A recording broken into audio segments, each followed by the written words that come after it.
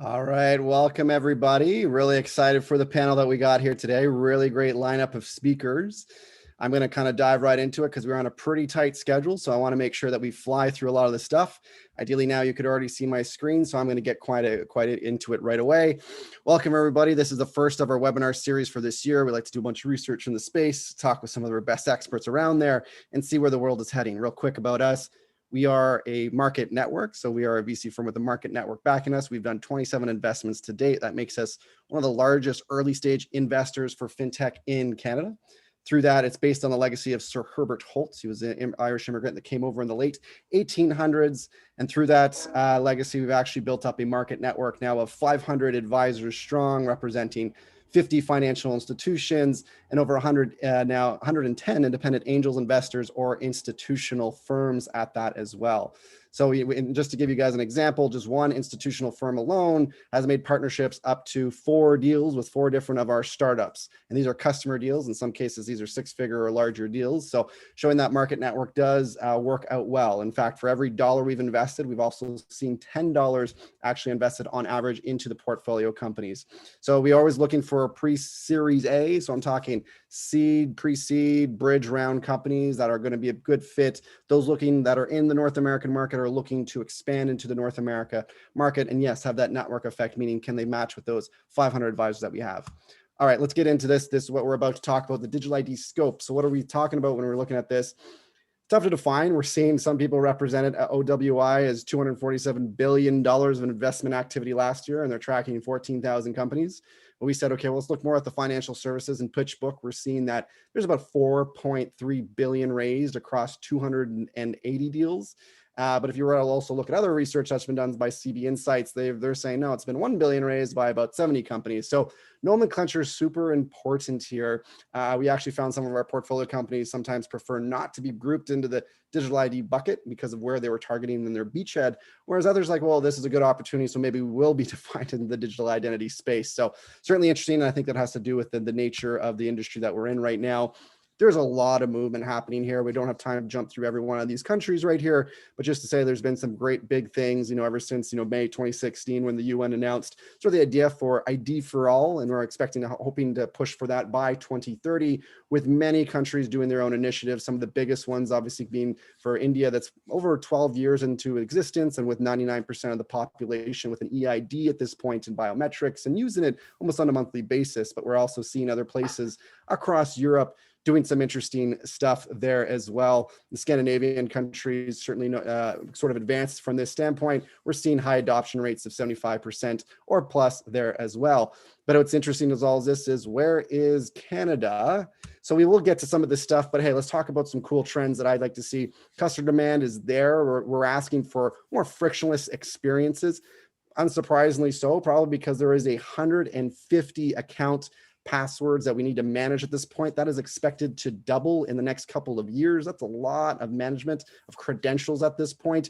And we're seeing that if for financial services, we all know the digital onboarding journey, but 25% of all financial service applications are abandoned due to the friction around KYC. So obviously a huge issue. And we're seeing that consumers, 80% of them are somewhat concerned about how, or somewhat or very concerned about how their data is being used at this point. So it's starting to come out there. I'll say that there's still a lack of consumer education around it and a willingness to pay for these services, probably because it's for the average consumer, it's hard to actually identify at the end of the day, how is this really affected? Like there's awareness of potentially being bought and sold, but it's not directly impacting the user. It's hard for them to attribute the cost to themselves. So there's still a lack of a willingness to pay for those services to protect their data at this point. But we're also seeing is just huge surge in cybersecurity related stuff to protect the identities. We've seen factors of, it was about 6.5 billion in venture funding. We've seen it across a bunch of different research reports. Don't have the latest figures on the 2020, but we're expecting that only has increased. It's growing at like a 15% sort of clip at this point per year. And we know with the surge in fraud related activities, especially during any pandemic, and this one being no different, there's tons of that's occurring around that. So the big question is also around standards. Like if we're all these different jurisdictions and moving, what are some of these international gold standards, and how, and let's speak about that for a little real quick. The idea of Europe kind of setting that bar with on the privacy side with the kind of the GDPR launched more in 2018. Canada slowly following suit now. It's 2020 and some big announcements that were made. So building off of the PPIDA arrangement, that's what we're talking about, the idea of Bill C that was recently just announced. So meaning that the right of data mobility, the right of the individual to get their data from a controlling organization in a usable format.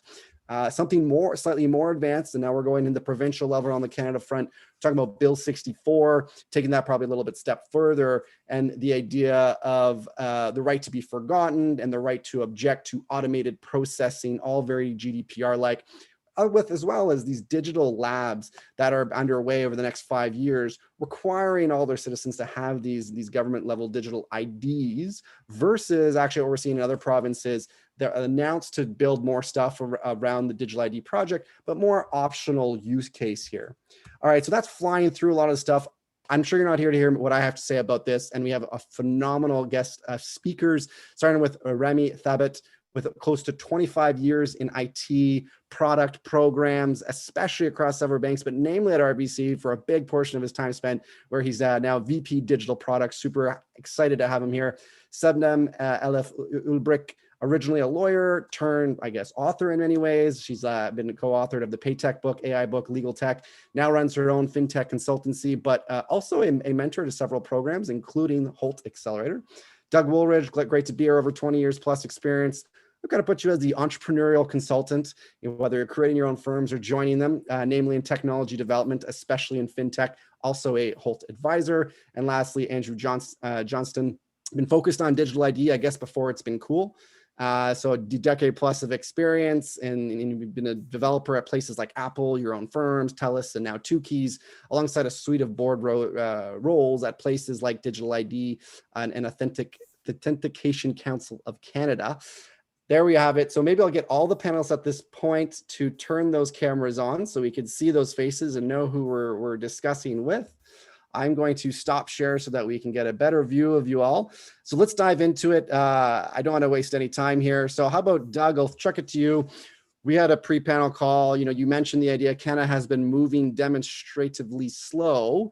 So I'm kind of wondering, by what measures here, and what are the areas that we are doing well so that we can look at. So I'm just trying to get a sense of what you mean by that sort of figure. Well, I think we're measured against the success in Europe, which Western Europe and certainly some Asia Pac countries are starting to have been moving forward with this, Jan, for the last few years. So that's where we've seen, and it's not just off the back of GDPR, the European privacy, but also just the engagement of consent. Using identity as a means for consumers and people to consent to share their information between another individual, a business, or a government. So Canada has lagged behind that and lagged behind it. And by the way, by no means is that just Canada. It's also the US has lagged behind. But as a result of, I would think, from COVID-19 has helped accelerate things in the market over the last while, and people are quickly starting to see that the opportunity now lies for those, for digital identity and consent to drive the actions of that consumer. So a lot of bad things about COVID-19, but one of the good things about that was moving the government forward in consultations with the community and helping to drive that adoption. People don't know, or a lot of people don't know, that we actually do use a little bit of identity and consent if you have a CRA account and that you connect via your bank in order to verify that that is you to get access to the CRA account. That's probably the first thing that people have done so far in consent, and now we're actually hoping to do a lot more of that. Awesome, thank you. I got a quick follow-up there then. As we are getting there and there are roundtables, but who should be ultimately responsible for advancing the cause here? Are we talking Department of Finance, Competition Bureau of Canada, some of the regulatory bodies, because they're kind of doing their own thing, or especially around the rights, and how do we further ignite this process? I mean, there's roundtables and roundtables. That's what we're very Canadian way of doing it, but how do we get beyond that? Well, it comes along with a lot of, payment modernization, was driving from the Department of Finance down to Payments Canada. Payments Canada is rolling out a real-time rails, which is an activity by which people, there's sort of a democratization of the movement of information. And so we're starting to see the competitive energy come into play as opposed to a regulatory energy. And people are taking advantage of that competition by saying they have a unique selling proposition by you identifying yourself by a trusted party, let's say a bank, and sharing that information with another third party, let's say your insurance company or your investment advisor, wealth advisor. So actually, we've reached the point that it's more than regulatory, it's actually competitive advantage. And people are now moving things forward, just the natural state of the market's dynamics. And you will start to see that adoption grow dramatically over the next, in my opinion, 6, 12, 18, 24 months. Awesome. Thank you for that. Let's maybe shift it over to Rami, interested from the big institutional side of things. So whether it's specific, I mean, you could also build off any things that we've said before, but how is RBC preparing for the eventual rollout of, let's call it open banking? Let's address it by the name, what it is, or feel free to give another one. Consumer directed finance is one. And what are the core use cases that you're seeing that maybe you're also excited about? Yeah, no, absolutely. And I think I'm going to echo some of the statements that Doug has made. The competitive and market dynamics are going to become incredibly important. And we do view them as probably one of the most salient and positive forces ahead of us to move this forward. We do not contend that there will be one identity answer in Canada. It is a very different geography. And, to Doug's point, we do have federal and provincial complexities in Canada. We do have dynamics in our demographics that are quite different. We have an Indigenous population that has very unique needs, and that is not a manifestation that exists in Europe and other locales. And I've spent 5 years living the digital identity story in Europe, and they've done some amazing things, but they do not reflect Canadian reality. So we do believe that there is a bespoke made in Canada approach and solution and a path forward. We also don't contend that it is open banking and digital identity and streamlined and robust authentication are one and the same. They are very different topics. They are punctuated by a period. They are very different conversations. That being said, a robust open banking regime in a country is supported by robust digital identity. Trying to roll out open banking without understanding digital identity needs of a country is foolhardy at worst. At best, it's putting your client population at high risk. Apart from open banking, digital ID will power digital interactions for the go forward, whether that be payments use cases, access to credit, access to banking, access to government services. And at the end of the day, it is going to be, our view is that it's going to be multitudes of solutions, and therefore our focus has been on interoperability. Our focus has been on getting the village to work together, and we do have a very substantial village in Canada, and we have, again, lots of competing interests and lots of competing creative thoughts. And how do we spur an environment where innovation, throughput, and speed and cadence really starts to become the case for Canada? How do we collaborate? And eventually through this, there will be solutions that will win the day, and there'll be solutions that will win the day only for several months or years, and will go on to not become the standards of the future. Very topical to RBC, where simple answer is we're investing. We're spending a lot of time and energy on learning from our counterparts in Europe and in other geographies, and engaging with the FinTech community and engaging on building our own solutions as well. But we see it as a fabric of multitudes. Awesome. That's a lot of great insights there and a lot of good stuff to unpack. Maybe just real quick on as you're looking at the international context, what are some of the things that we should consider? Or I understand it's not the perfect fit, but are things that we could look at that could either accelerate it or would be helpful in the implementation as we go into it? Yeah, for sure. I mean, we get incredibly excited about technologies around government ID verification, especially in a country that has a significant newcomer population. we host a lot of new Canadians every year, and we do view that as a set of really exciting technologies. The second are just technology interoperability, the ability to have frameworks and that multitudes of parties can speak about, and the interoperability also across the public sector. We're quite interested and excited about really having the government learn from their counterparts in Europe, mostly about what it takes on to really collaborate with industry across public-private in the space of digital identity. As you can see, I'm not a big fan of the word own or ownership because I just don't believe that it is the practical solution for Canada, especially when we talk about things like, we don't really have a digital ID framework, for example, for Indigenous communities. It's a topic that is very close to my heart. And I've had multiple conversations with technology partners to make investments to supporting our Indigenous communities in Canada. Awesome. Great insights. And it's a very important issue, and we appreciate bringing it up and giving it the awareness it deserves. Sebnem, let's flip over. I want to get an international perspective at that, especially as you're based in Europe. So I'm kind of curious at the differing nations and the differing ends of spectrum that we're seeing around there. Maybe you can provide a couple examples, some that of the more advanced areas or areas that you think are doing well. I guess it depends on how you define advanced, and others that maybe need some improvement or just trying to get a spectrum of the way of their approach, shall we say, that they thought worked for their respective citizens. Yeah, with pleasure. Actually, in Europe, everybody thinks because of the way regulation is made, there is a standardization, but unfortunately, when it comes to banking and also identity practices, KYC, there is no standardization. There is a big fragment, and you can see that in all spectrums, which is basically killing innovation, which is basically like not allowing cross-border innovation. So the German regulator is not accepting the KYC that is accepted in France. And that is actually very hard for from both customers' perspective, but also from startups' perspective.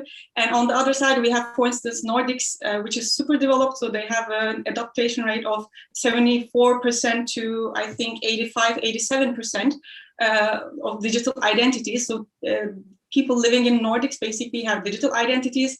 They can apply for mortgage in the comfort of their own home from their couch, whereas in Germany people still go to branches to discuss their mortgage options. This is both Europe. It's not centuries away. It's the same year, but it is basically like a barrier in front of innovation and also financial inclusion. Thank you for that. That's some interesting stuff. I'm curious, like maybe we can go a little bit more on the standardization of it. I know previously we also spoke about the financial inclusion and how that could be, but we could also leave that aside. But how do you see the way to kind of resolve some of this stuff, like the differences between it, how the different nations are doing? What could be the mechanism to kind of resolve this? Well, actually, Europe has the regulation, the base for it.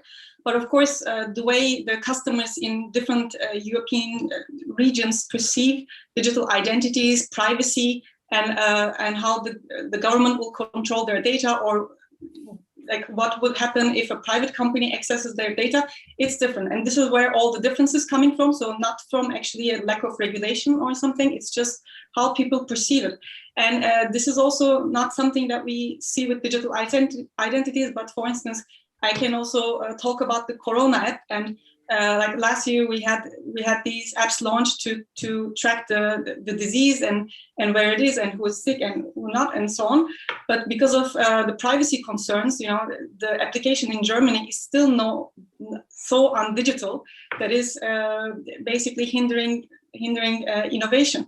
And of course, we can look at Estonia, where people are just traveling without any identity documents. They can buy their public transportation tickets via their mobile phone. So they can go to supermarket with just the phone and nothing else. And they're envisioning a future in which they can travel also cross-border without anything but just a mobile phone. And we would like to reach that level, because this will also allow the open banking. This is the last piece of puzzle for the open banking innovation, in my opinion. And we have to get there, but it's a matter of collaboration and also education of customers. education of the public, and also like control of who's accessing the data, so that we prevent data privacy breach. I think we might have temporarily lost Sebnem there. We'll continue as we go forward. Andrew, on your side, there was, as she was part of the discussing there, a lot comes back to the idea of standards right now.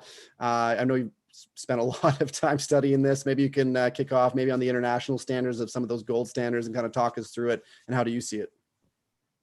Yeah, absolutely. I mean, we can start with the standards that are actually already widely deployed and used. If you've got a Canadian passport, you have access to them today. The e-passport standard, the ICAO's machine readable travel document standard, is a real enabler for those sort of international and cross-border kinds of cases.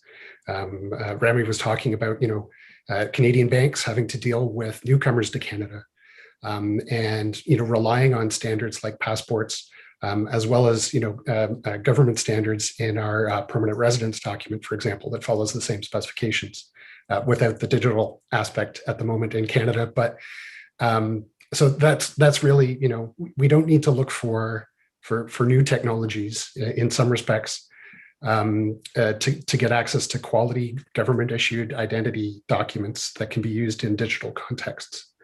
That being said, not everyone has a passport. Not everyone wants to use a passport to do the kinds of things that they might do on a regular basis. The passport feels like a serious document to people, and people use it quite rightly, with caution.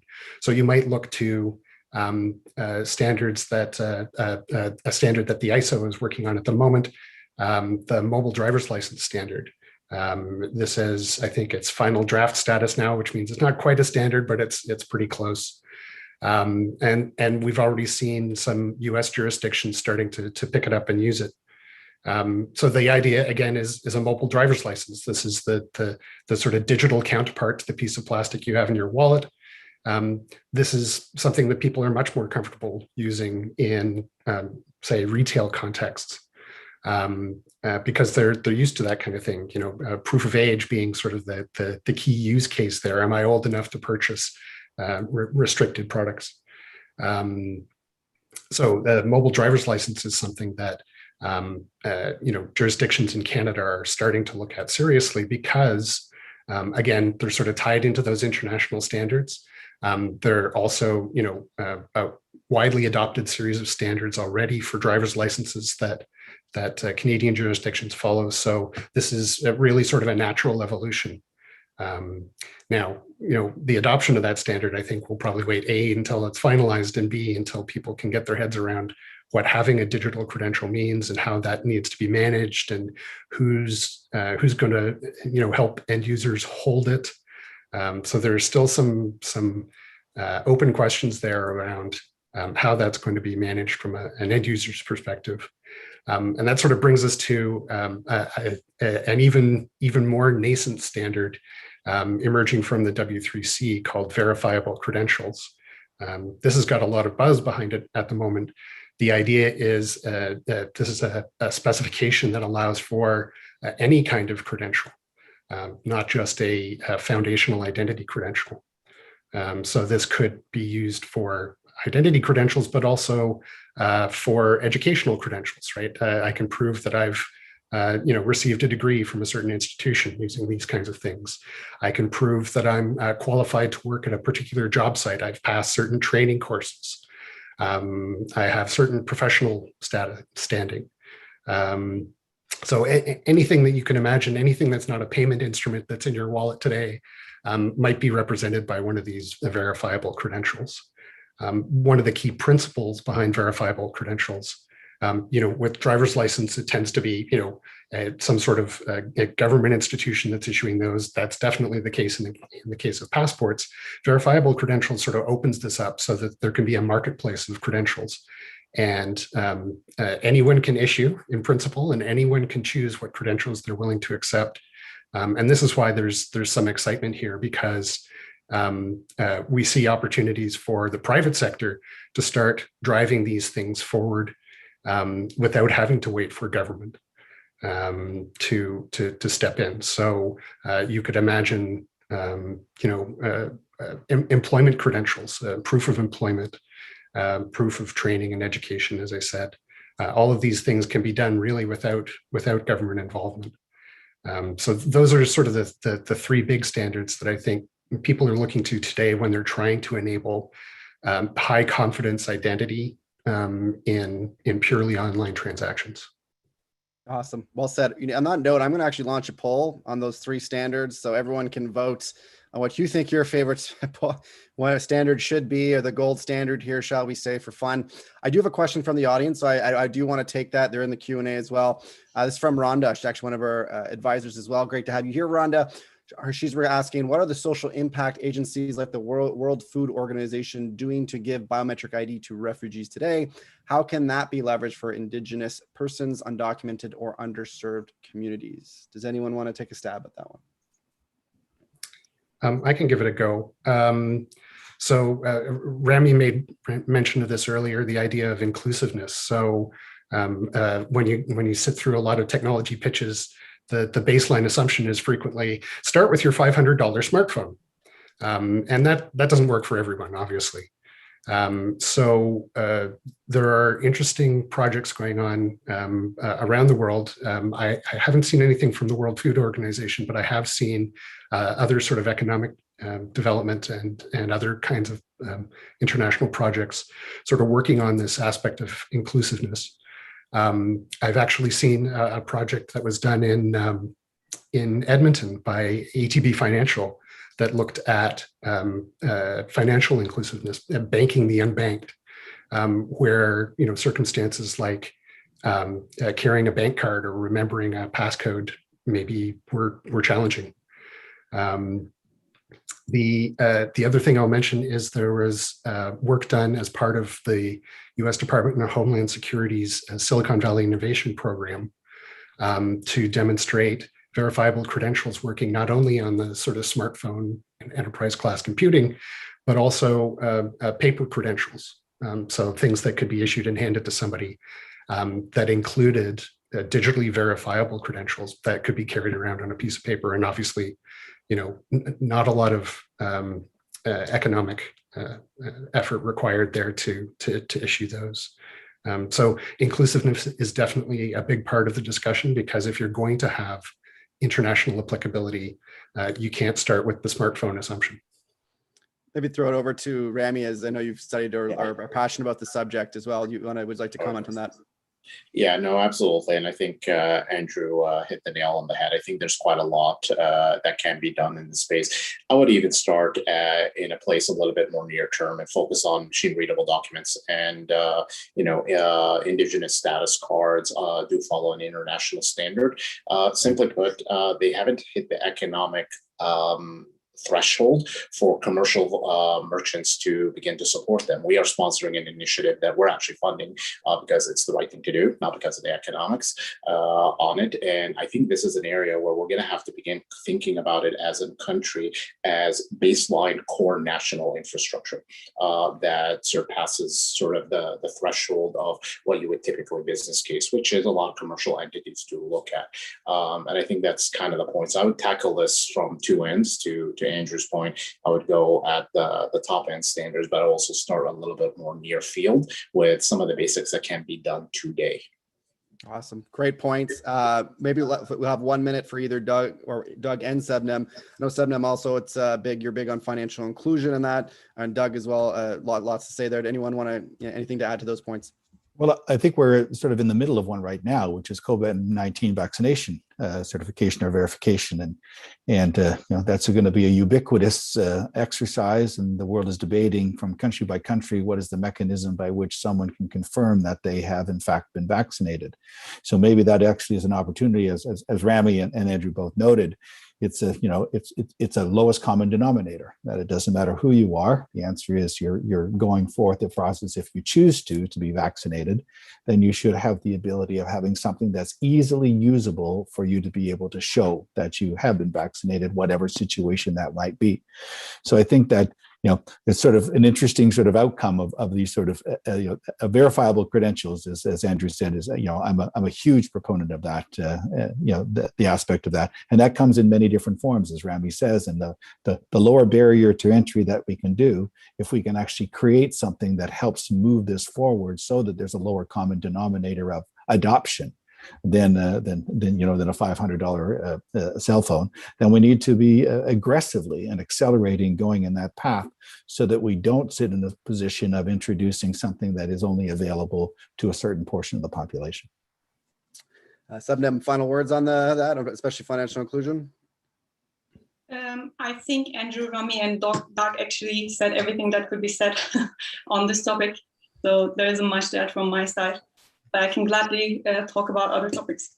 Perfect. All right, I'm going to end poll there. And there you have it. Can you guys, one sec, see the results? You should be able to see. So ISO mobile driver's license is the big winner, but I was watching the polls as you guys were saying. I think you were influencing the results because W3C made a huge comeback in verifiable credentials. So those were the quick poll from our very sophisticated audience as well. So this is what I guess we should hold going forward as the gold standard, of course. All right, for sake of time, what we want to do next here is invite Brian from Mat.ai. He is one of our portfolio companies. So we're going to get him to pitch for it's about 3 minutes, and it's not necessarily about like on the business. I want to talk about the ideas, the concepts, the markets and stuff like that, because we have great experts around the table. So afterwards, you'll each have about 1 minute to 2 max. And sometimes we'll give him a minute to respond, especially if it probably warrants one, if we are poking at his business. It's like, that's what we're trying to do. We're just trying to advance the thought leadership around that. Also note that there is a Q&A still happening. So if you want to even peek your eye over there and answer directly, you can. That goes out to our panelists. All right, Brian, take it away. Hello, thank you, Holt, for inviting us. I'm Brian, founder of Maatai, and other company we are building a pioneer ID1's ID for all solution for Latin America. To do that, we have been developing an ID ecosystem, offering products to businesses, to governments, and to consumers. Basically, our secret sauce is to create a PayPal-style reusable account so users can identify over and over again, creating a people-centric ID that is accepted in all kinds of businesses. Finance has been a beachhead, and we are already working with a Mexican bank and several non-banking financial institutions in Mexico. But as we speak, we are developing products for the car rental, medical, and HR industries. In addition, we are currently developing a project to enter a long-term agreement with a government in the Caribbean to be their digital ID providers. So in general terms, our products allow businesses to open digital distribution channels in order to onboard and verify their potential clients in a lean and compliant way. But at the same time, they allow citizens to own, manage, and reuse their ID in a secure and controlled user-based account. From the government side, we are true believers that digital ID is the backbone of economy. If a national digital ID is achieved, all areas of economy will be boosted. Sometimes we forget that digital ID is a human right, and therefore it's the solution for financial, social, and political inclusion. This journey has been very challenging. Interests around ID are definitely not aligned. Companies want to sell faster and comply while forgetting about their users. Some users actually do not care about their ID, but ID solutions are either bank or government-based, while the most important players who are citizens do not have a role in the ownership of their personal information. So while we're still learning, our biggest goal is to align the interests of these players in the ecosystem to deliver a real digital ID product. Thank you, Brian. So we'll open it up to judges or commenters, panelists, shall we say. Who would like to go first? Can you hear me all? Yes. Yeah, sorry, my internet connection isn't very stable coming from Europe. That's a bit funny, but anyway, Brian, that's a wonderful solution. And I congratulate you for this mission. But I was wondering, how do you plan to overcome the data privacy issues, the cybersecurity issues? Because even big tech companies nowadays cannot ensure this fully. I mean, look at the breaches that we have experienced in the last week. So how can you ensure that the data is secure in your hands? Well, I mean, we are working with several partners with blockchain-based solutions, with cybersecurity, definitely trying to get better as it is. But something that's really interesting in this market is that users in the status quo today, they're just sending their information away to everyone, you know, so it's been really judged about digital ID that how secure we are, where the actual solution is not solution at all. So that's a little bit, I mean, it will be challenging, but I think that compared to what we are doing, we are way much further. Okay, that's good to hear, because my data was leaked via the Facebook scandal last week, and I spent most of my week changing passwords and that's what I mean. Yeah.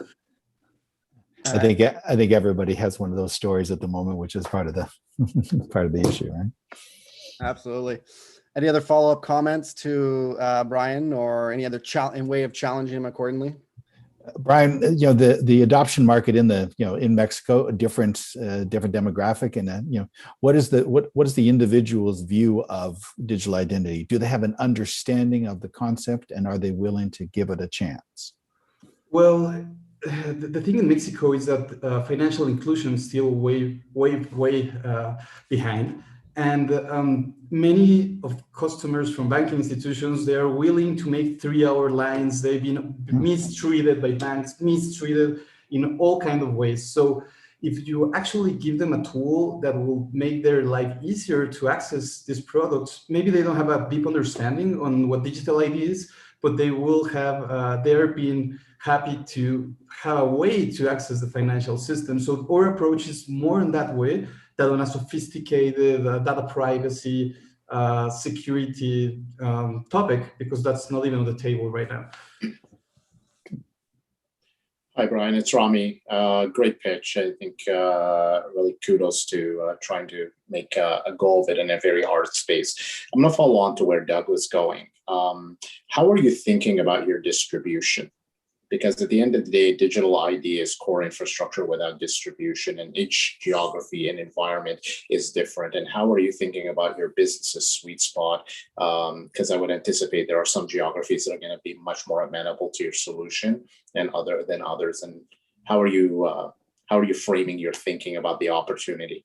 Yeah, well, we're building around the market, right? So Mexico has around like 10 banks, important banks that have like, who are like deeper into financial inclusion. Then we have around 4,000 companies in the non-banking financial sector. So these companies do not have enough resources to build their own onboarding channels, to build all this technology. So we're providing these 4,000 companies, I mean, that's our market, an onboarding as a service solution that actually is at the same time creating users. So that's our way to get into the market. We help these companies, these non-banking financial companies that really need help. And also we're growing our database. That's basically our way in Latin. One follow-up question. How are you thinking about the risk of nationalization, or is it an opportunity? I think it's an opportunity. I mean, actually, we're working, not in Mexico, because Mexico is, it's still too big, just Mexico City, 121 million people. But we are working in the Caribbean with a country who's actually very happy to receive us, and they want us to help them to build their national ID ecosystem. So for us, it's been an opportunity as far as now. Wonderful, thank you. Andrew, any final comments on your side? No, I think that's great. I actually just responded to another question in the Q&A there, and referred to the idea that at least in Canada, governments aren't big on the idea of sort of crowning a vendor that wins the identity game. So have you considered that kind of sort of perhaps regulatory risk to your business? Well, I mean, definitely there's a lot to work around. In LATAM, for me, it's an opportunity, because I think that we have a lot to learn from Canada. For example, I mean, we've been raised in Canada for now, and so I think it's a great opportunity for us to take to LATAM many of these international policies and help many countries in Latin America, Central America, Caribbean to adopt them and help them to build, help them to build their ID ecosystem. And in many countries, it's easier. They're smaller, they have nothing going on, and sometimes it's easier to start from nothing than to try to change something that's really mature. So that's the way we're looking at it, and that's why we've been close to the Holt family, and I think there's a lot of opportunity to do here. Awesome. So we'll cut it there. Brian, thanks so much. That was a great pitch, and we got some great insights, great questions, because I think that's what's key to it, is hearing smart people ask good questions, help us uncover the crux of the issues. So we'll pass it. We'll leave you to go. Just before we get to our next one, Trevor, who I'll bring on in just a second, I do, because we were kind of talking about this, I wanted to ask the question, 1 minute each, if you can, because we're getting to this idea of like, what is your utopian view around how should digital ID look? Now, Andrew, you benefit for those who don't know. You mentioned idea of like techno-libertarian philosophies. Doug, you've mentioned other things like the nomenclature kind of stuff. So I know it's a big one, but try in 30 seconds to a minute, because I do want to get to Trevor. Can you guys each give a stance a little bit on that? Well, I'll start. I think digital identity is a noun and consent is a verb, and I think that people have to understand the value of it as opposed to just the thing that it represents. The more people see use cases presented in real world situations, that it creates benefit for them, and however they're wishing to communicate with someone else. It's what you're effectively you're consenting a trusted authority to vouch for you to someone else. And I think the more we show them, the real world examples that can be a benefit to them, the more there's going to be an adoption. Digital identity in itself can be a little abstract. And so I think we have to get into the discussion of why it's beneficial. Awesome. Who would like to go next? I'll take a shot. I think the ideal world pivots on the idea, or at least the metaphor, of a digital wallet. If you think about how your wallet functions today, you may not know the brand, or choosing a wallet might become a fashion choice. I think if we get to that point where you don't have a strong affiliation with your wallet that influences what you put in it or how you use it, I think that's where I'd love to see all of this going, and people being able to trust digital wallets the way they trust their actual wallets. Right? I know what I'm putting in there. Nobody can get any access to anything in it until I take it out and I explicitly do something to use it, which addresses sort of Doug's idea of consent. So I think that's the ideal we should be aiming for. Rami or Sebnem? Yeah, I think I probably maybe setting the bar a little bit too low, but I'm always cautiously optimistic. I'd like to see the word digital ID be an outcome, not a noun or verb, but getting past points of rhetoric. Hopefully they're no longer conferences for talking heads like us, and there's actually working real software adding value to every Canadian's life on a daily basis. So I do put primacy on outcomes and implementations, albeit however flawed they are. We will iterate, that's okay, but let's just get on with it. Sebnem, final words? Yes. So it has to be absolutely secure, but more than that, it has to be inclusive. And this inclusiveness refers to the financial economic aspect, like Andrew mentioned like a couple of minutes ago. So we shouldn't only refer to €500 worth of smartphones, but it should be accessible. So of course, when we're talking about Europe, it's a different story. But what about the minorities, in that region? Also, we have to think about different ages. So yes, we are looking forward. It's great, but what about all the people above some age that are not interested in or are not able to use this on their own? So I know, for instance, where I'm coming from in Turkey, we have these e-government initiatives, which are very digital, very forward-looking, but are excluding a big part of the population. They are not able to process like anything digitally. So how do we educate these people? How do we get them on board? How do we make sure that they understand it and they are not scared? So this is a big thing, while making it secure. Also, inclusiveness also refers to including like expats and immigrants, as well as citizens. So, if we combine all this is the perfect solution. But like how much time do we need to get there is the real question. Great points all around. And as we're hearing accessibility and all the different viewpoints required, it sounds like we need sort of probably different solutions. So really to bank on one when there's all different types of use cases and users in this, could we really just crown one to figure it all out? Anyways, we'll leave that with you at that point, but let's continue. I want to shift gears over to Trevor, who has another way, and we're talking about the, potentially and knowing better your third parties that you're managing. So this was also an ID/RegTech area, but we do think it fits in quite importantly to it. So I'm going to pass the floor to Trevor for the pitch. Thanks, Jen, and thanks everyone. This has been really interesting, and it's the potential for digital ID, I think, has really been promoted in this conversation and the benefits from it. I'm going to start by talking about a risk factor, but I don't want to bring the conversation down because I think there are solutions that we'll discuss.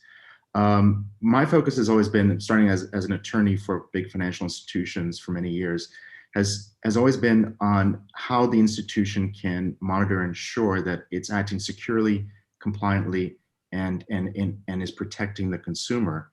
And the challenge that we've faced right now is that technology has enabled the kind of the disaggregation of financial services out from the internal environment that the banks control to multiple players, including their customers, including their channel partners, which is key to this discussion. And there we can talk about retailers. And you can talk in that sense from anybody from independent wealth advisors to actual online retailers that are putting people into financing accounts, to brick and mortars that are doing the same thing when we're financing our purchases. And in each of those cases, and there's also customers and vendors and others that are handling activities, and they're small and medium-sized businesses who typically don't have the sophistication and resources of the large financial institutions to monitor that risk and to create the records and the record keeping necessary to show that they're being responsible and compliant. And what we've seen over the course of years is that not only are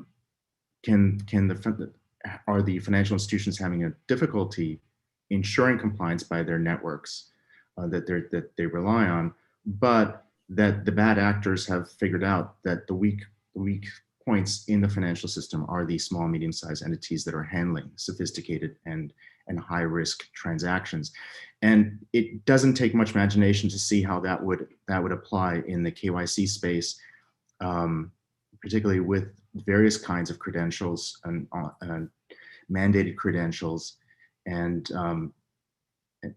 really shortcuts to doing the KYC evaluation, and where the bad actors could, interested in money laundering, terrorist financing, or just fraud, could try to subvert the system. And so we need a way for the financial institutions to be able to monitor what's going on with anybody that's ultimately using their infrastructure, because the regulators are going to expect that. I think that's a trend we've also seen.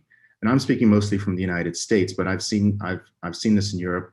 We've seen this to an extent in Canada and in other countries, and largely in emerging in Asia, where the regulators are really bearing down on the financial institutions to ensure the security of the system beyond their walls. So how does a financial institution do that? And so that's where our innovation comes in. We automate the way that financial institutions send experts on site to review and monitor and support and ensure. We can also create operational tools that ensures that anybody out in the field is actually going through the right steps and has the information and knowledge that they need to be secure and compliant with whatever the processes are, and in a way that generates the right records and reporting that's required, and also informs the institution where there are vulnerabilities across the network, where there are incipient risks, and also gathers data that then can be used for predictive data modeling to determine risks before they arise. I think that's about it for me, but I think we're going to get into more of the details when we get to the questions, so I'm going to let that happen. Floor is open, panelists, so we'll allow each to ask one's questions accordingly. So I'll ask, does your solution automate any aspect of decision making Or is it really about surfacing the right kind of information to the right people at the right time? Well, it depends what we're creating. So, for instance, we create automated apps that allow operational decision making. So one of the ones that we're beginning to work on right now is actually in the wealth management space, where large institutions have wealth managers working in multiple jurisdictions, where there are separate laws and requirements. How do we make sure that they're actually selling products in the right way and the right products to the consumers and not creating risk for the institution? We can create, historically, you just create, the institutions have the library of laws, but that doesn't really help the remote actor. So this really gets down to remote activity risk management. And we can create an app for them to understand, I'm selling to a customer in Mexico versus Canada versus Turkey. What do I need to do?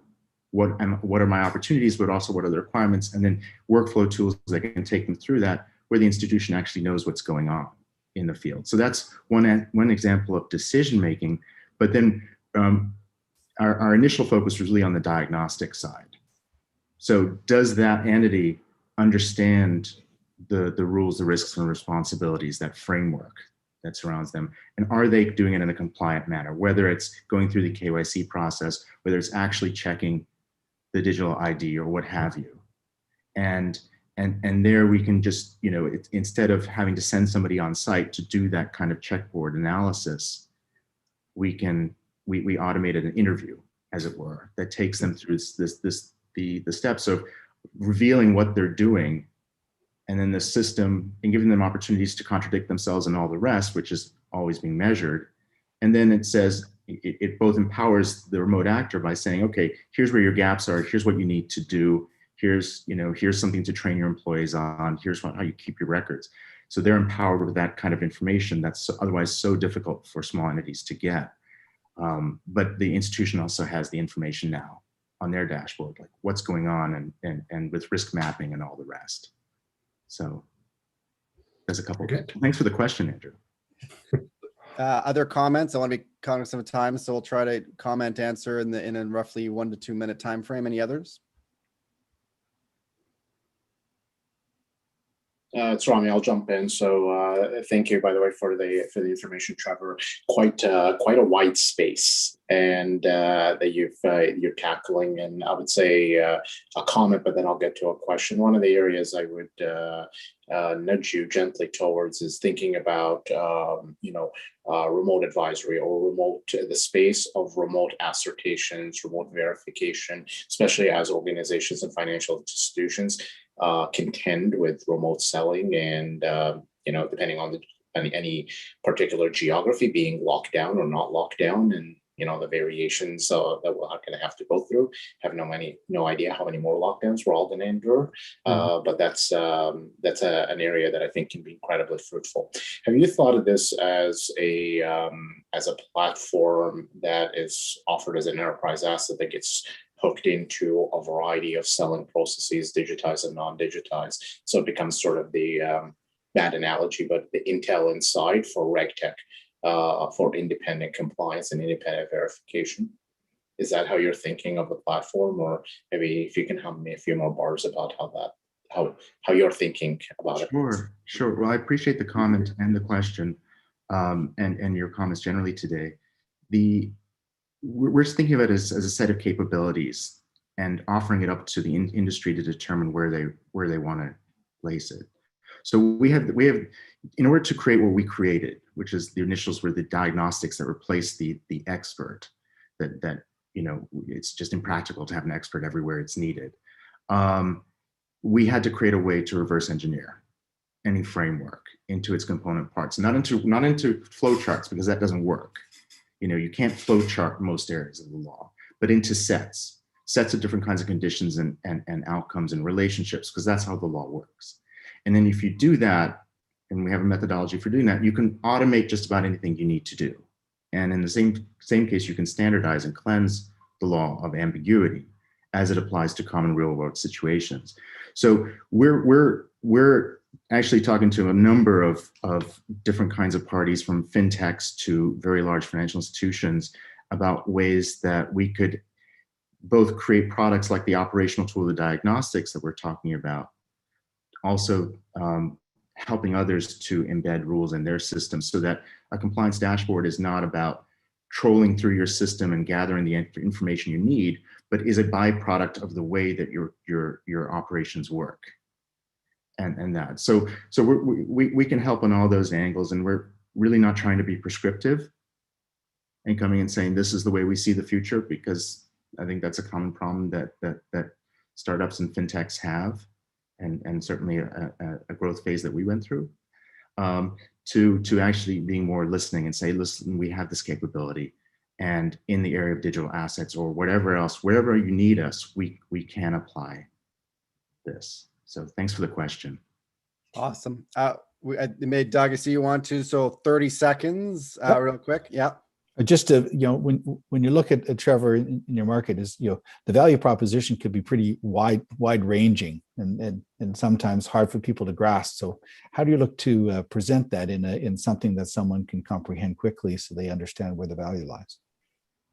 So for instance, in the United States, one of the areas where we're seeing interest is in digital payments.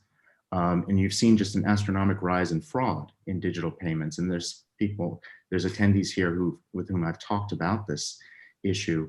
It's because the bad actors realize that the weak point, again, is the small, medium-sized entity that's doing their own ACH transfer, wire transfer, SWIFT transfer, or image capture deposit. And through business email compromise or other social engineering, it's fairly straightforward how to get access to those funds and commit fraud. And according to the last JP Morgan's Chase survey, 4 out of 5 businesses have been attacked, and half of them have lost money. And the institutions themselves end up covering a lot of that. So a lot of that goes down to what are the processes in place at those remote locations? How is the customer aware of what the risks are and the best practices, and what are they doing about it? And how do we equip them to understand where their gaps are? And so we create a diagnostic that takes the end user, so the person who's actually doing the task, through a series of questions about what they're actually doing, how they're handling their information, their data, their documents, their instruments. And then it does that gap analysis for them, gives them an action plan, gives them a policy, but then also informs the institution, this is the risk profile. And also can solicit other kinds of information like expectations of future activity and all the rest that can help the institution leverage their other tools more appropriately. All right, Trevor, we're going to have to cut there. Sorry, that was fantastic. Thank you, Trevor, so much for the time. I'm going to launch a quick poll. It's the final poll. Who won? Who was the better pitch for what you guys saw? So feel free to vote that. I'm going to do quick rapid fire questions while everyone's voting. So this is just to a panelist. It's a one-word answer, no longer one word. First question, which jurisdiction, I said jurisdiction, not country, should Canada most emulate with respect, should definitely look at when we're talking digital ID? One word. UK. Nordics. Canada. British Columbia. Perfect. What year will open banking come to Canada officially, like launched? 2022. Yeah, 2 years. Rami, Andrew. Already here, got to scale it, got to figure out what it means for Canada. Andrew? It's already here, as Rami said, but I think the scaling part, the part where people recognize that it's here broadly, 2022 at the earliest. One word, so what we should consider with then around the idea of scaling when we're building a proper inclusive digital ID. One word, what should we be thinking about?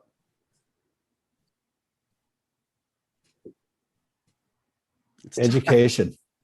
Great, yeah. We still lack the level of education on a wide scale about what this is and what the benefit is. Collaboration.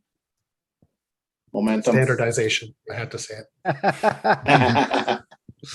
Awesome. And I might add a millennial. Millennial, okay. Rami, last one. Momentum.